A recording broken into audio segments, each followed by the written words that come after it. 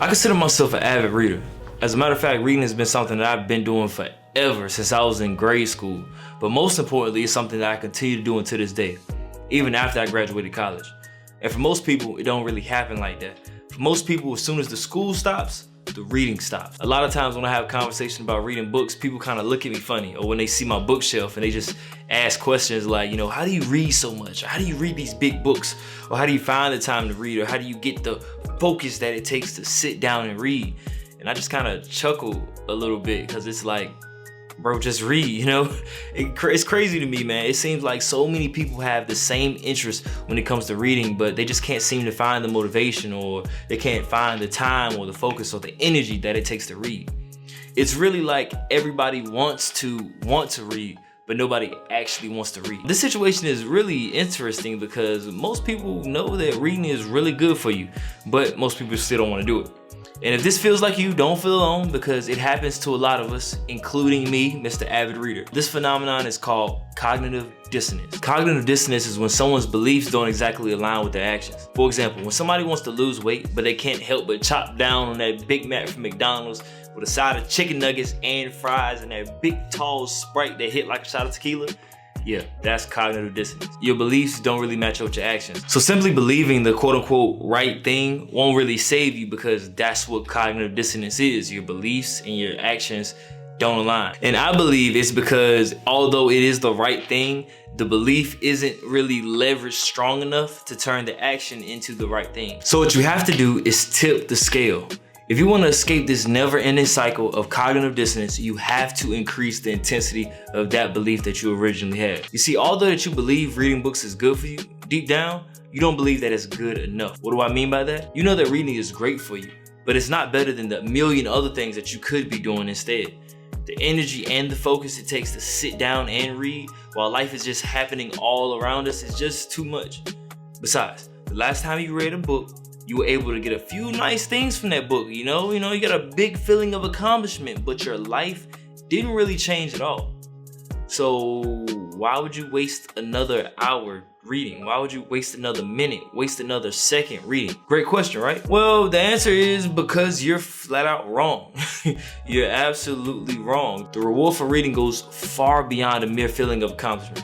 It can literally change every aspect of your life, but only if you change your approach to reading. You see, the majority of people start reading by simply reading whatever book is the most popular at the time. And what we end up with is a bunch of people who have halfway read Rich Dad Poor Dad, halfway read Atomic Habits, halfway read 48 Laws of Power, or The Subtle Art of Not Giving a F. Stop me when I start lying. And yes, initially there was a spark that made us all feel accomplished when we read those books. Like we were working towards something, you know what I'm saying? Like we were really learning something that was life-changing. However, we fast forward 4 months and our life is still kind of in the same exact place it was before we read the book.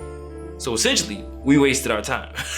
But it's not because reading isn't productive, but it's because you've chosen a book based on what society deems important. So you end up with a bunch of good to know information that is merely good to know but is nowhere near life-changing. The issue isn't that the books aren't life-changing, it's that we don't know how to choose life-changing books.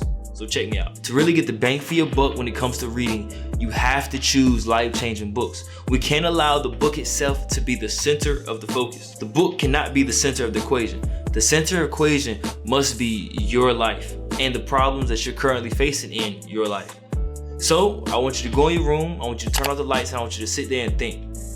Or maybe you can hop in the whip, go for a little short drive and think. Or maybe when you get off work, just park in the driveway. But before you go in the house, sit in your car for a second and just think. What am I doing with my life? What are the problems in my life? What can I not figure out right now? Why do I keep messing up? What in my life is pissing me off that I wish I could change? And as you start to sit and think, you start to come up with a few problems or areas of interest. But more likely, most of the problems that you will list out would be just symptoms of your problem, not actually your real problem. So just keep thinking to yourself and asking yourself questions like, how did I get here? What did that person know that I don't? What did I miss? And after a while, your problems will start to present themselves and they'll start to get clearer and clearer and clearer. But then you're ready to solve the problem. And once you're ready to solve the problem, you need to know that you're going to need very specific information. And that very specific information is going to come from a very specific book.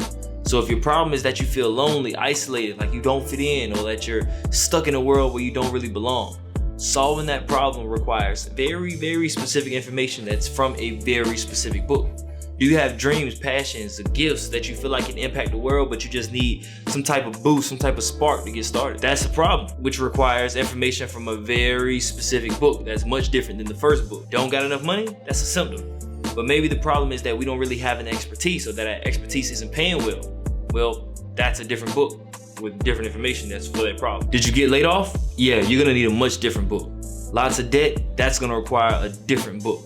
And each of those problems can only be solved with a very specific piece of information that all come from very different sources and very different books. So there's no way in hell all of us should be reading the same 3 to 4 books. A wise man once said, if you show me a man's bookshelf, I'll show you a list of problems that he's overcome. Alright, bet, you got me, okay. No one actually said that, but we all know that, you trust advice. Advice always sounds better when it doesn't originate from the person saying it. Like, the quotables sound like the biggest piece of wisdom, so just fall back on me, let me live. But action item, I want you guys to write down the biggest problems that you're facing. I want you to go on Google, all right? I want you to type in the best book for, insert whatever problem you have here. And whatever book has the most reviews, I want you to buy it and I want you to read it.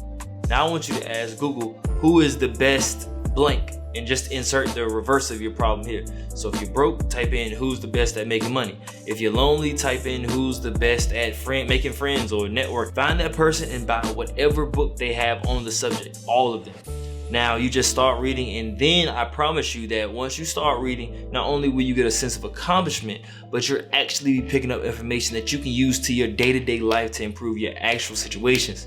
And as your situation improves, you'll be that much more motivated to come back and actually get the rest of the information because you immediately see the change. It's like the mindset shift when it comes to reading a proper book for your proper situation is almost like immediate gratification and the long-term gratification of actually changing your life. So if you've been trying to get into reading, or maybe you're an avid reader yourself, man, please drop some of your favorite books down below. But don't just drop some of your favorite books. I want you to write the book and write why you picked up the book. What problems were you trying to solve? And what problems did it actually help you solve in the end? Thank you guys for watching. Peace.